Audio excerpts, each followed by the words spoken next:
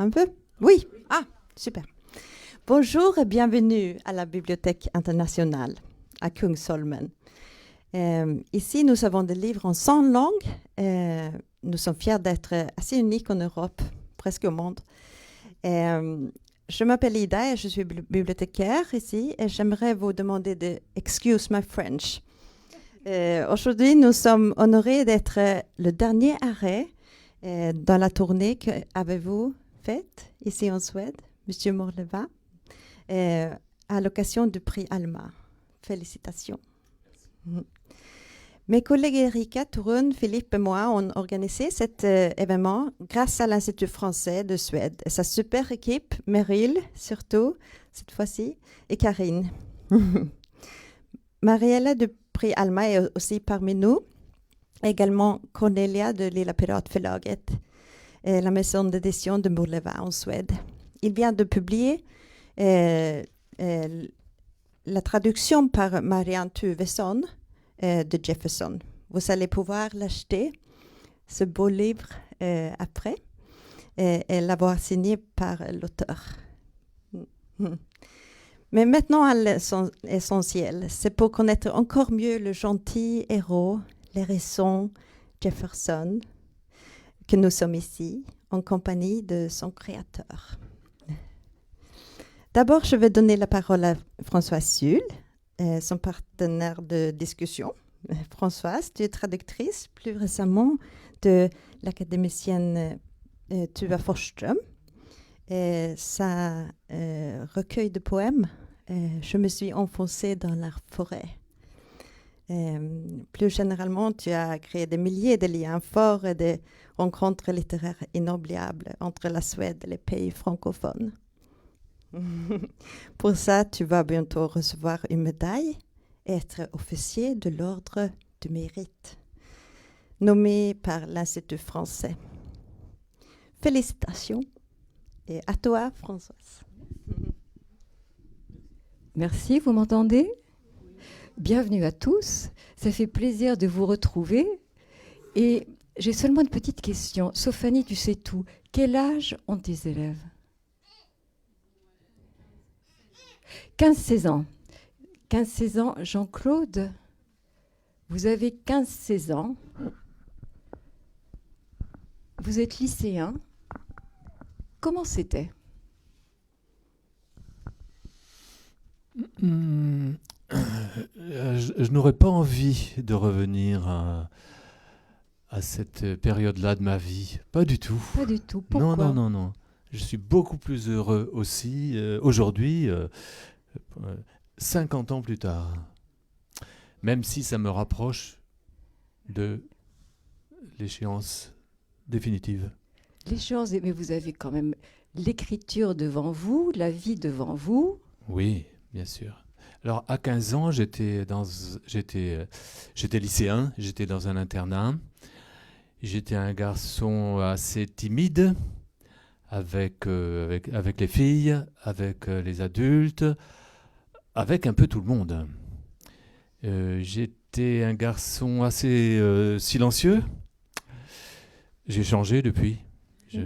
J'ai souvent à parler, donc j'ai appris à parler et à avoir du plaisir à parler. Mais à 15 ans, non. J'étais un bon élève. Vous étiez un bon élève. Oui, j'étais un bon élève. C'est-à-dire C'est-à-dire que j'avais de bonnes notes. Mais il y a beaucoup d'écrivains, des camarades écrivains qui ont cette sorte de coquetterie de dire bah non, à l'école j'étais nul, j'étais un cancre. Sous-entendu, j'étais au-dessus de ça, quoi. Moi, non, j'étais plutôt un bon élève, sauf en physique et en chimie, les sciences appliquées. J'aimais beaucoup les mathématiques, mais la physique et la chimie, aïe. Bien, quoi encore? J'étais déjà très intéressé par les mots. J'écrivais déjà, pas des fictions, mais j'écrivais mon journal. J'ai commencé à l'âge de 14 ans jusqu'à 18 ans. J'ai écrit mon journal. Mais un journal intime, oui. C'était vous qui étiez le lecteur ou est-ce que c'était un journal que vos frères et sœurs lisaient. Oh non, non, non, sûrement. Ah non, oh mon Dieu, non, non, non, c'était secret, très personnel. Et qu'est-ce qu'il est Oui. devenu, ce journal intime? Il est caché chez moi. Je ne vous dirai pas où, parce que sinon, ma famille le saura. Mais c'est très personnel. Hein. Oui, oui. Et il m'arrive parfois d'y jeter un œil. Et ça me fait un peu mal, parce que je me dis, oh là là, mon pauvre garçon, comme tu étais compliqué. La vie est beaucoup plus simple que ça. Mais je l'ai découvert après. Pour moi, la vie était terriblement compliquée. Tout était difficile et compliqué à cause de ma timidité, mon inquiétude. Mais j'étais à la fois timide et inquiet. Et en même temps, j'avais envie de manger le monde et la vie, de voyager. Et beaucoup de mes personnages dans les romans sont comme ça. Exact. Mais vous avez voyagé après, Oui. après votre baccalauréat, vous êtes parti. Ah oui, oui, oui. Et vous êtes parti où? Oh, je suis parti là où tous les jeunes gens comme moi allaient à l'époque. C'était les années 70, au début des années 70. Il fallait aller au Pérou, il fallait aller en Amérique du Sud avec le sac à dos et en faisant de l'autostop. Hein. C'était presque obligatoire. Donc je l'ai fait.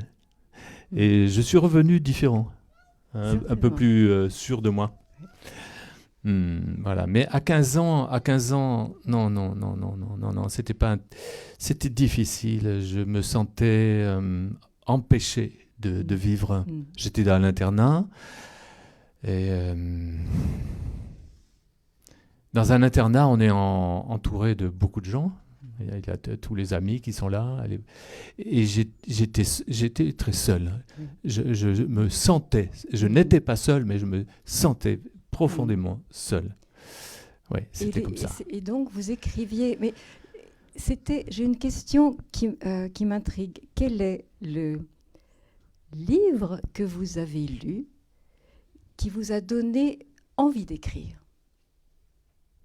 Quel est le livre que vous avez lu qui vous a donné envie d'écrire?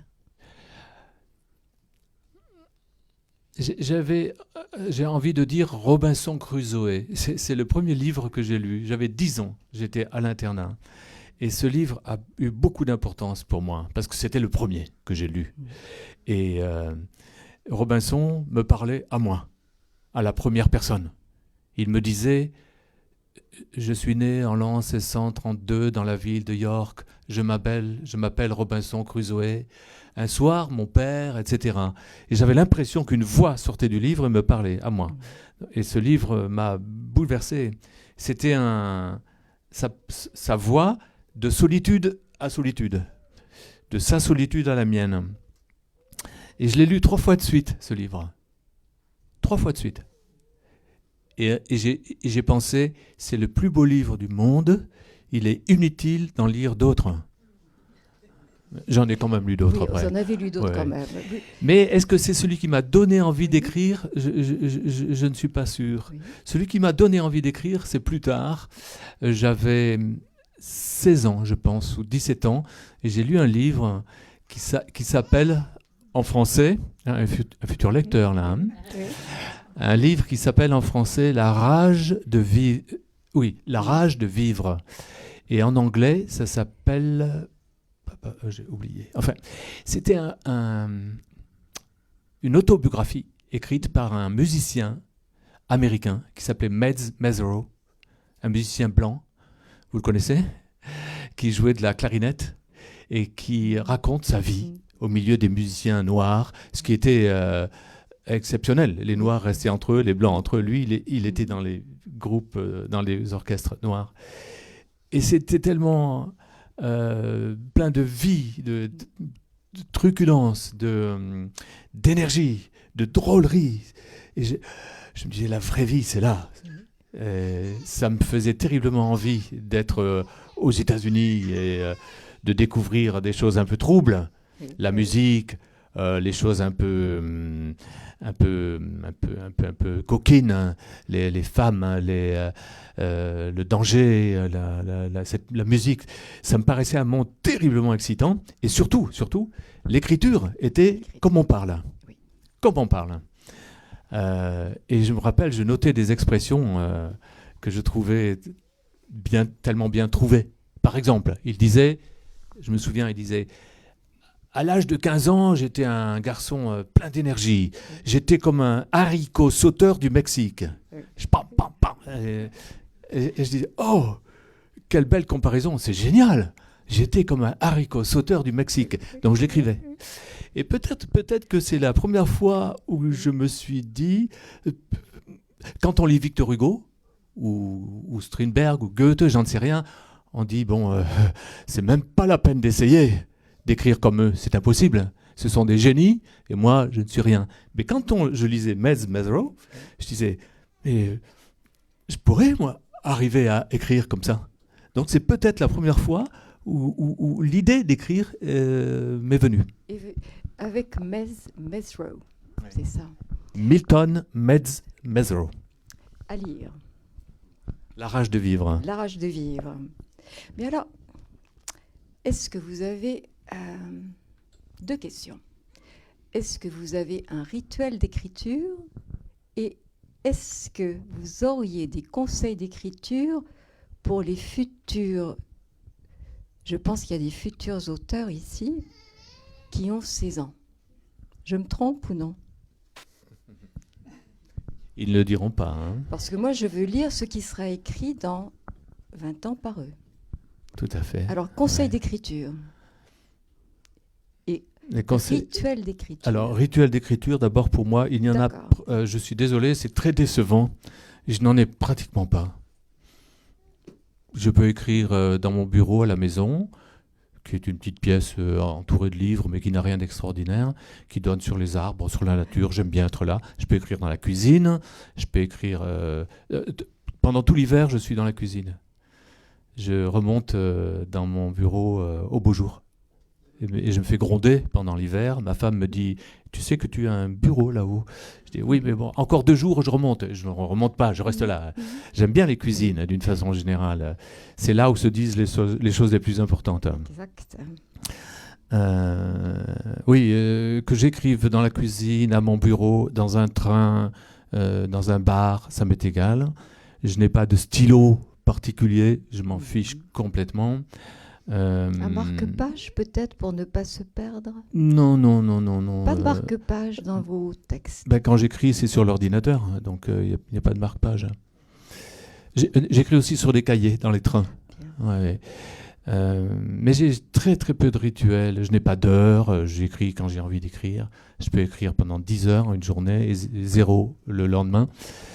Non, c'est très décevant de ce côté-là. Donc les rituels, laissons-les tomber. Pour moi, la seule chose importante, c'est d'être vraiment mentalement dans mon histoire quand j'écris.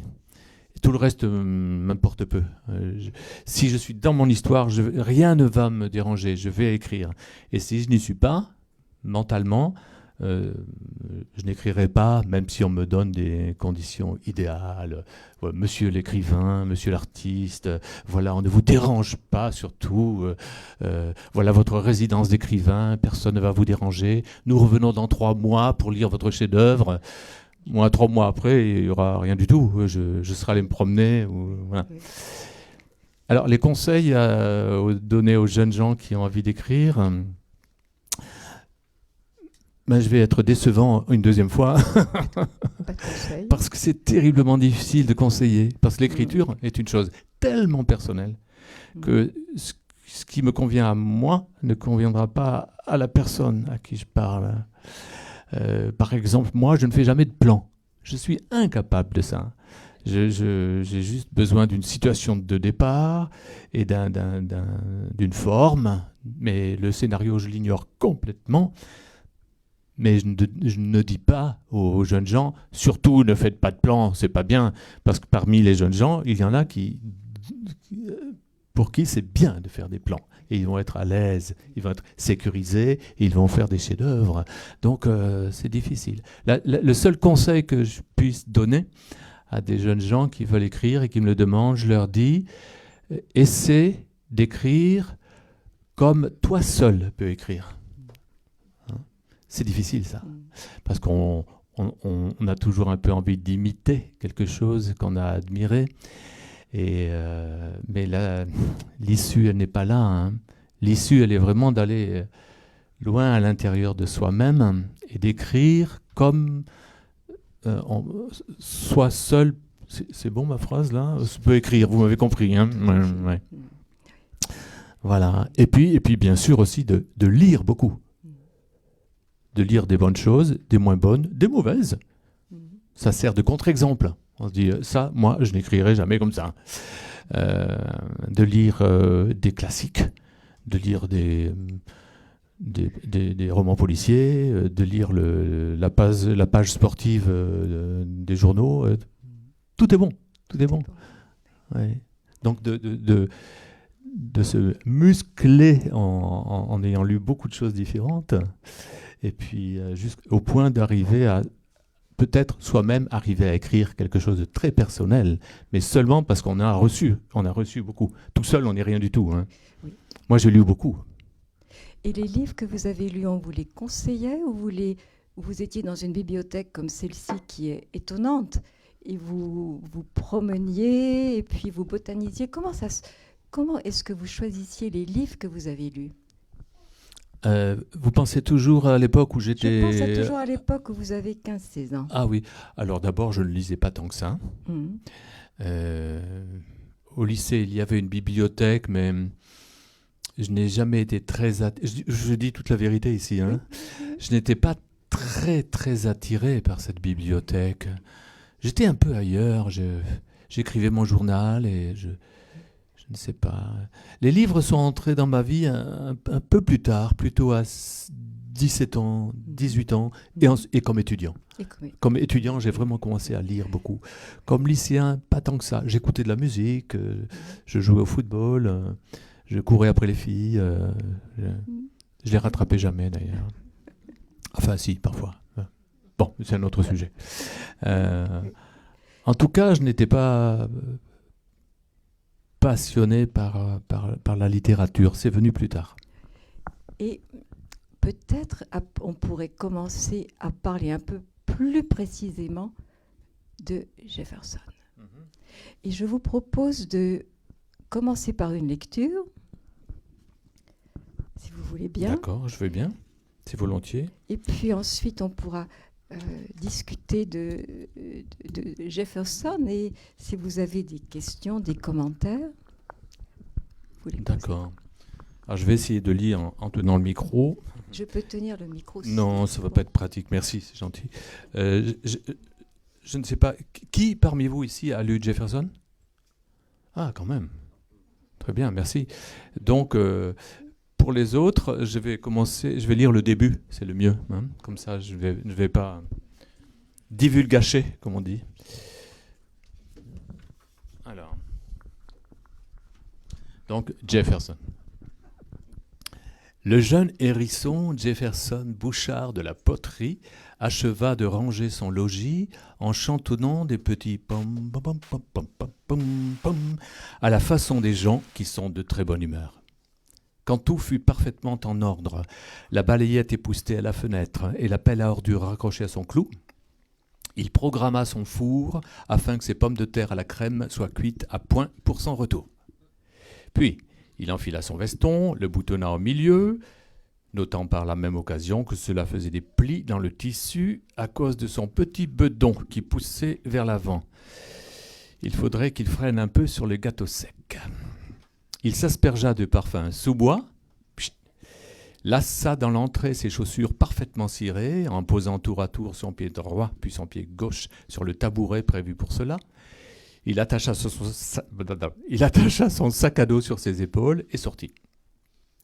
Ce qui le mettait en joie ce matin-là était peu de choses. Il avait décidé de se rendre chez son coiffeur. Ça lui avait sauté aux yeux alors qu'il faisait sa toilette. Sa gracieuse houppette était en bataille. Or, il détestait avoir l'air négligé. Voilà, il irait en ville se faire rafraîchir la houppette. Et il en profiterait pour rendre à la bibliothèque le livre emprunté la semaine précédente, un roman d'aventure qui s'appelait « Seul sur le fleuve ». L'action se déroulait sur le fleuve Orénoque, et le héros, un jeune humain nommé Chuck, surmontait toutes les épreuves avec un courage indomptable. Solitude, faim, soif, moustiques, indiens, pluie torrentielle, chaleur accablante, animaux sauvages, il venait à bout de tout. Sa couverture bien tirée jusque sous le menton, sa tasse de tisane fumante sur la table de nuit, Jefferson se prenait pour Chuck. Et il se surprenait parfois à serrer les poings et à écarquiller les yeux pendant sa lecture. En tout cas, le roman l'avait tenu éveillé 2 nuits de suite jusqu'au matin. Il avait particulièrement adoré le passage où Chuck, perdu en forêt, cherche son chemin en appliquant la technique de l'étoile. Oui, on part au hasard dans une direction, on marche droit sur 50 pas, et si on ne trouve rien, on revient à son point de départ pour tenter sa chance ailleurs. Il avait aussi aimé le terrible passage où Chuck, affamé, décide de tuer son chien pour le manger et survivre. Mais au dernier moment, il a pitié, il éclate en sanglots et il épargne la pauvre bête. En lisant ces pages, Jefferson avait dû passer la main sous son oreiller, y prendre son mouchoir et s'essuyer les yeux. Plus loin dans l'histoire, le chien sauvait la vie de Chuck, lui rendant ainsi l'appareil. Jefferson, là encore, avait pleuré. C'est un des avantages qu'il y a à vivre seul. On peut chanter fort et faux, se promener tout nu, manger quand on en a envie et pleurer à son aise. Voilà, alors Jefferson, donc je vais faire un petit saut. Jefferson a décidé d'aller chez le coiffeur. Il part à pied, il traverse la campagne. Et là, il se fait presque écraser par une voiture qui roule beaucoup trop vite. Il est renversé dans le fossé, il se relève, il a les fesses toutes mouillées. Tant pis, il continue. Il va en ville, il passe d'abord à la bibliothèque, il rend le livre qu'il a emprunté, et il arrive enfin, où ça ? Chez le coiffeur. C'est pour voir si vous suivez bien. Bravo, madame. Il arrive chez le coiffeur. Il est très content d'y aller parce qu'il adore le coiffeur. C'est monsieur Edgar, qui était un blaireau. Vous comprenez un blaireau, tout le monde, ouais. Un badger, ouais. Bon. Et surtout parce que l'assistante du coiffeur, c'est Carole, une jeune blairette. Et Jefferson, il l'aime beaucoup, ouais. Il aime surtout quand elle lui fait son shampoing avant la coupe. Il aime sentir ses petits doigts sur sa tête et il imagine qu'elle est sa fiancée. Bon.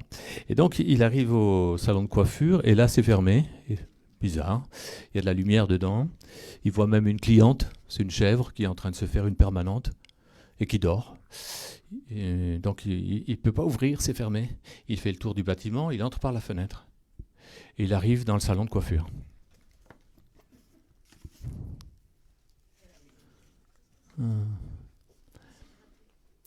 Monsieur Edgar ? Mademoiselle Carole ? Il y a quelqu'un ? C'est Jefferson. Je me suis permis de... La chèvre dormait ferme sous son casque, la bouche entr'ouverte sur un dentier impeccable. Un mince filet de salive descendait au ralenti sur son menton. Elle semblait flotter dans une douce béatitude. Peut-être rêvait-elle de ses arrières petits biquets. Jefferson contourna le premier fauteuil, qui était vide, et ce qu'il vit d'abord, ce furent les 2 chaussures crème de M. Edgar pointées vers le plafond. Oh, elles étaient impossibles à confondre. 2 chaussures professionnelles dont le brave homme se vantait quotidiennement qu'il s'y sentait comme dans des pantoufles. Un pas de plus, et Jefferson découvrit les 2 jambes parallèles, alignées sur le sol. Puis le tablier blanc, soigneusement boutonné jusqu'en bas. Puis, en remontant, la paire de grands ciseaux dont l'une des branches était enfoncée jusqu'à la garde dans le torse de M. Edgar. Le sang. Le sang dessiné sur le tissu du tablier, une large tache rouge dont la forme rappelait la carte de Madagascar. Ironie du sort, le mot définitif était brodé juste au-dessus. Jamais le salon de coiffure n'avait aussi bien porté son nom. Monsieur Edgar semblait dormir comme sa cliente, mais lui ne rêvait à aucun biquet, non. Il ne rêvait plus à rien du tout. Il était mort. Et alors, la suite, est-ce que c'est un roman policier? Oui. Est-ce que ça se termine bien? Est-ce que... mais d'où vous est venue, Jean-Claude, l'idée de ce récit qui est étonnant? Il y a une tension, un rythme, il y a de l'humour. Vous l'avez lu, hein, on est pris... Vous avez une bonne note, élève Mourleva, je vous donne une bonne note pour votre, merci, pour, hein. merci. Pour votre récit. Ouais. Mais est-ce que c'est... comment vous est venue l'idée de ce récit? Est-ce que l'idée, c'était de raconter une fable, un conte ou un essai polémique dans votre introduction, vous dites... à mes enfants qui m'ont ouvert les yeux. D'abord, vous l'avez compris, Jefferson va être accusé du meurtre. Ouais. Voilà. Bon. Alors, mon intention était d'écrire un roman policier, parce que je n'avais jamais fait ça. Jefferson, c'est mon 16e roman. Et je n'avais jamais écrit de roman policier. Or, j'aime bien changer de genre. Je ne suis spécialiste de rien. J'écris pour les jeunes gens, pour les adultes, des choses très différentes. Et j'essaie d'aller dans le paysage littéraire, là où je ne suis encore pas allé. Comme un voyageur irait une année en Amérique du Sud, l'année suivante en Suède, et l'année suivante, tout le monde se demande où est-ce qu'il va aller, et il reste à la maison. Par exemple. Voilà. Bon, donc je voulais écrire un roman policier. Mais quoi? Ensuite, j'ai eu l'idée d'écrire un roman policier avec des personnages qui seraient des animaux, mais qui se comportent comme vous et moi, qui portent des habits, qui parlent, qui vont chez le coiffeur, etc. Et troisièmement, je me suis rappelé un souvenir très ancien. Moi, je viens d'une famille de 6. On a été 6 frères et sœurs chez moi. Je suis le 5e, numéro 5. Et avec mon petit frère, le dernier, pendant des années, on a partagé les mêmes chambres. Et le soir, on se racontait des histoires, de lit à lit. Il n'y avait pas de télé, pas d'ordinateur. Bon. Et un soir, je crois que c'est lui qui a commencé en disant ça serait un petit hérisson. Et moi, j'ai continué. Qui voudrait aller chez le coiffeur. Ah, mon frère a éclaté de rire. Et on a continué un peu jusqu'au moment où il découvre le coiffeur qui a été assassiné. Et voilà. Je ne me rappelle plus l'histoire qu'on a inventée après. Mais j'ai gardé ça dans ma tête pendant 50 ans. Ce début d'histoire. Le petit hérisson qui va chez le coiffeur et le coiffeur est mort. Il est sur le carrelage avec ses propres ciseaux dans le torse. C'est un bon début. C'est un très bon début. Et donc, 50 ans après, je l'ai repris et j'ai écrit cette histoire qui est devenue Jefferson. Donc, c'est un roman policier, un polar animalier. Et, comme vous l'avez dit, ça aussi, ça parle d'une cause, qui est le droit des animaux, qui m'est cher. Mais ça n'était pas mon projet, ça n'était pas mon intention au début. C'est venu en écrivant. Et mes enfants ont compté, puisque eux sont tous les deux végétariens, et ils m'ont entraîné dans cette aventure. Moi, je ne suis pas tout à fait végétarien, parce que je mange du poisson quand on m'en offre, ou des fruits de mer, mais je ne mange plus de viande. Voilà. Voilà l'histoire de Jefferson. Est-ce que vous avez des commentaires ou des questions autour de Jefferson? Je vous propose... Oui.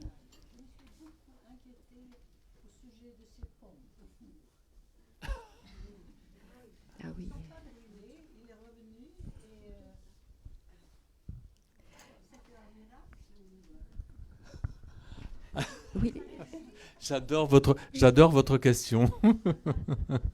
C'est un roman où il y a des meurtres, où il y a de la douleur, où il y a de la souffrance, et des aventures extraordinaires. Et cette dame m'a dit oui, mais les pommes au four, qu'est-ce qu'elles sont devenues?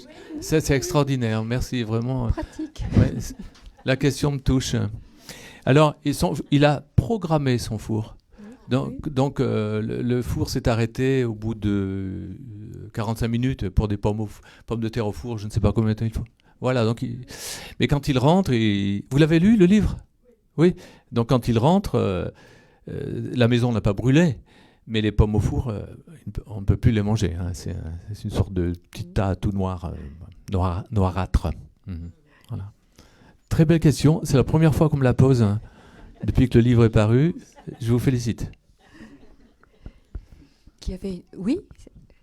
Premièrement, pourquoi le nom Jefferson, qui est un nom anglais en fait, donc en français, ça fait très anglais. Donc ça c'est ma première question. Ma deuxième question, quand vous étiez enfant et que vous aviez eu cette idée avec votre frère de faire un début de livre en fait, est-ce que vous n'aviez pas juste lu, comme nous avions tous fait enfant, La ferme aux animaux de George Orwell, par hasard? Les gens sont incroyables ici, vraiment. Oui, Lorsqu'on me demande quel livre auriez-vous aimé écrire, ma réponse est La ferme des animaux de George Orwell, qui est un chef-d'œuvre, pour moi un pur chef-d'œuvre. Quand j'ai lu ça, j'ai été jaloux tout de suite. Je dis mince, il l'a fait avant moi, trop tard. C'est un chef-d'œuvre. Hein. Parce qu'on peut le lire à l'âge de 10 ans, mais c'est un livre politique, bien sûr. Il y a beaucoup de fantaisie, c'est drôle, c'est terrible, c'est politique, c'est tellement de choses dans un récit assez bref. Je crois que j'étais adulte. Oui, tout à fait. Mais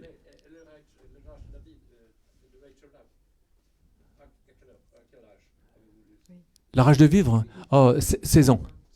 Ouais. Et alors pourquoi le nom de Jefferson aussi? Pardon. Pourquoi le nom de Jefferson? Alors, je vais être décevant une troisième fois. Je ne sais pas. Ça m'a amusé de l'appeler Jefferson. Je trouve que j'ai beaucoup dans ma bibliographie, j'ai beaucoup de titres longs. La balade de Cornebic. La prodigieuse aventure de Tilman Ostergrim, Le chagrin du roi mort, La troisième vengeance de Robert Poutifard. J'ai eu envie d'avoir un titre, bref, Jefferson. Jean-Claude Monleva, Jefferson, c'est bien. Mais son nom complet, c'est Jefferson Bouchard de la Poterie. Bouchard de la Poterie, c'est pas rien, c'est un nom qui en impose, très prestigieux, aristocratique. Et donc ça m'amusait beaucoup de donner un nom aussi pompeux et prestigieux à ce petit hérisson qui est tout le contraire, qui est timide et gentil et modeste et qui ne veut pas être dans les highlights, qui ne veut pas être en avant de la scène. Voilà. Mais Jefferson, mot anglais, pourquoi? Je ne sais plus.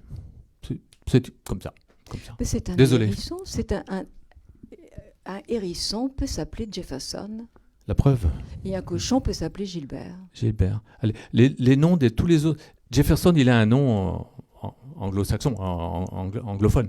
Mais tous les autres personnages ont des noms vraiment français et anciens. Gilbert, Roland, Simone.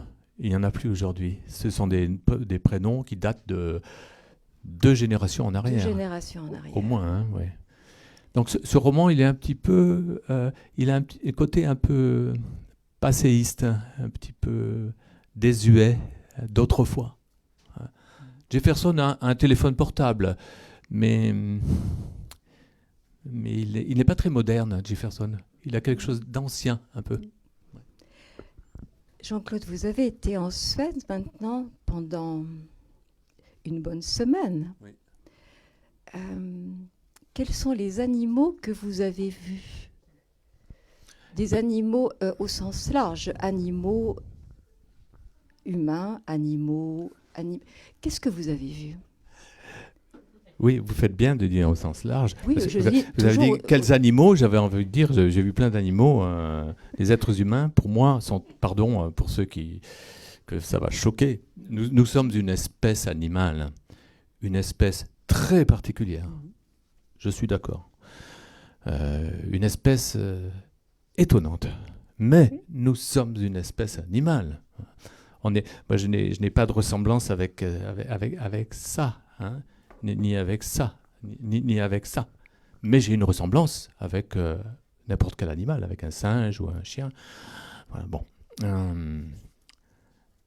Donc j'ai vu ici beaucoup d'animaux. C'est vrai que dans mon roman, il y a 3 catégories. Il y a les êtres humains, comme vous et moi. Il y a Jefferson et ses amis, qui sont une pure fiction, c'est-à-dire des créatures à moitié humaines et à moitié animales. Et 3e catégorie, il y a les animaux tels que nous les connaissons. Les animaux de compagnie, et les animaux d'élevage et de boucherie. Tout à fait. Oui, tout à fait. Voilà, il y a 3 catégories. Et ça m'a beaucoup intéressé d'imaginer un monde dans lequel ces 3 catégories coexistent. Elles peuvent coexister? C'est une fiction, je ne sais pas. Ouais. C'est une fiction. Mais j'ai eu beaucoup de doutes à ce sujet. Quand Jefferson arrive avec ses amis au pays des humains, il s'est inscrit à un voyage organisé pour passer incognito pendant son enquête. Donc il y a un car qui part du pays des animaux rempli de 27 animaux, surtout des couples. Un couple d'écureuils, un couple de blaireaux, etc., etc. De renardes, et puis Jefferson et son ami Gilbert. Et quand ils arrivent chez les humains, à l'hôtel, le directeur de l'hôtel les accueille. Il leur dit bienvenue à tous. Le restaurant est ici. Alors, pour vous, nous avons fait quelques aménagements, n'est-ce pas? Parce que je suppose que vous n'auriez pas envie de trouver votre cousin dans votre assiette. Voilà. Et il rit très fort, mais eux, ça ne les fait pas rire du tout, quoi. Voilà. Donc il y a cette chose un peu trouble qui est que des êtres humains mangent une autre espèce, alors qu'il y a beaucoup d'autres choses à manger. Nous sommes omnivores. Nous sommes omnivores. Nous sommes omnivores. Oui. Mais est-ce qu'il y aura une suite à Jefferson? Oui, il y aura une suite. Elle est écrite. Moi, ça y est, j'ai terminé. Au mois d'août, j'ai fini. Et elle sera publiée sans doute en mai ou en juin 2022. Oui. Je me suis bien amusé. Et le titre, vous ne le donnez pas? Il n'est pas certain encore. Celui-ci s'appelle simplement Jefferson, parce que je n'imaginais pas du tout qu'il y aurait une suite. Oui. Mais maintenant qu'il y a une suite, c'est un problème. Je pense qu'on va garder celui-ci comme ça, Jefferson. Et le second va peut-être s'appeler Jefferson fait de son mieux. Jefferson does his best. Parce que j'ai écrit 18 romans à ce jour, et parfois on me demande quel est le lien entre tous. Je crois que le lien, c'est que tous mes personnages principaux font de leur mieux. Ouais. Et alors, vous avez fait de votre mieux aujourd'hui. Et en cadeau, vous allez avoir une tablette de chocolat. Mais c'est une tablette spéciale. Parce qu'il y a un mot suédois qui est marqué. Vous connaissez tous ça. Alors moi, j'ai un problème parce que je ne sais pas comment traduire en suédois. Est-ce que tu pourrais me lire le texte en suédois ici? Un peu plus fort, parce qu'il faut que Jean-Claude répète. Vous pouvez répéter? Voilà. Ça va? Alors, Grumtiobat, vous savez ce que ça veut dire? Pas du tout. Traduction. Très bien. Encore plus fort, parce qu'il faut qu'il le... Bon travail. Bon travail. Ah, très bien. Ah, merci beaucoup, merci. Grim, le J, comment on le prononce? Vous pouvez, petit exercice de prononciation. Oui. Comment dit-on merci en suédois? Tack. Tack. Ensuite, comment dit-on merci beaucoup? Ah, nice to meet you? Non. Non, je ne sais pas. Encore une fois? Une seule personne. Une seule personne. Tax au métier. Bon. Alors, je dois vous raconter quelque chose d'amusant. Donc, pour la award ceremony du prix Alma, j'ai dû prononcer un speech en anglais que j'ai appris par cœur. Et j'ai pensé qu'une phrase en suédois, ce serait bien quand même. Donc j'ai appris par cœur une longue phrase en suédois que j'ai dite au moment de la remise du prix devant la Crown Princess et tout le monde. Hein. Et j'ai mis 15 jours à apprendre cette phrase et j'ai mis 10 secondes à la dire, mais bon, ça valait le coup. Vous voulez l'entendre? Oui. Je l'ai retenue. Hein. Je ne l'oublierai jamais de ma vie, je mourrai avec. De senaste 2 månaderna jag förmodligen sagt 4 ord oftare än någonsin under hela mitt liv. Dessa 4 ord är Sved, Suédois, Astrid och Lindgren.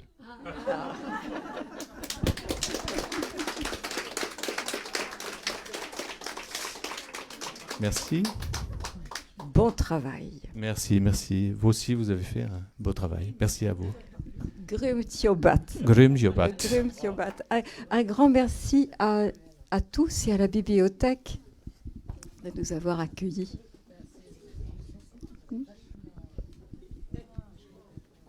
Merci beaucoup.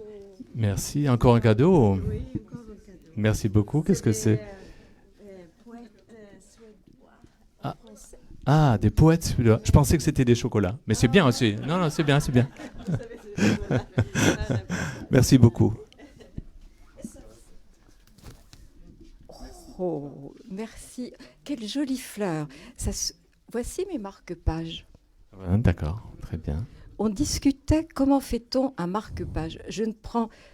Quand j'ai un livre, je ne peux jamais faire de corne à mon livre.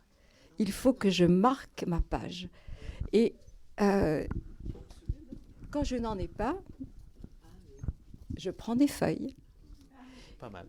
Et Jean-Claude, qu'est-ce que vous prenez quand vous n'avez pas de marque-page? Tout ce qui me tombe sous la main. Ça peut être un autre livre. Ça peut être mon bas de pyjama. Tiens. Ça peut être le traversin. Carrément. Carrément, oui. Bon. Voilà. Merci. Merci à vous. Merci infiniment à vous toutes et tous. Merci.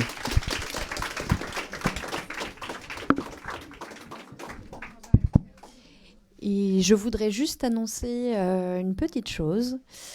La Bibliothèque de Stockholm et l'Institut français de Suède proposent aux élèves un concours autour de Jefferson, de Jean-Claude. Donc c'est un concours qui aura lieu en 3 catégories, pour les 6-9 ans, les 10-14 ans et les 15-18 ans. Il s'agit d'illustrer par un dessin, une peinture, enfin quelque chose de visuel, des extraits choisis de Jefferson, qui ne sont pas ceux d'ores et déjà illustrés dans le livre. Et donc, on va le mettre en ligne d'ici quelques jours sur le site de l'Institut français de Suède. Donc, on vous invite, les élèves, à participer. Et les plus petits aussi, j'en vois derrière, à participer. C'est une participation individuelle. Vous n'avez pas besoin de faire participer toute la classe. Donc, n'hésitez pas à envoyer vos projets entre le 1er et le 30 octobre. Et le 15 novembre, on révélera les vainqueurs de chaque catégorie et les 3 vainqueurs seront exposés ici même. Voilà. Donc je vous souhaite une bonne fin d'après-midi et merci à Moi, tous. j'ai retrouvé enfin le le titre anglais de La rage de vivre de Milton Mesmero, et c'était Really the Blues. Merci à tous.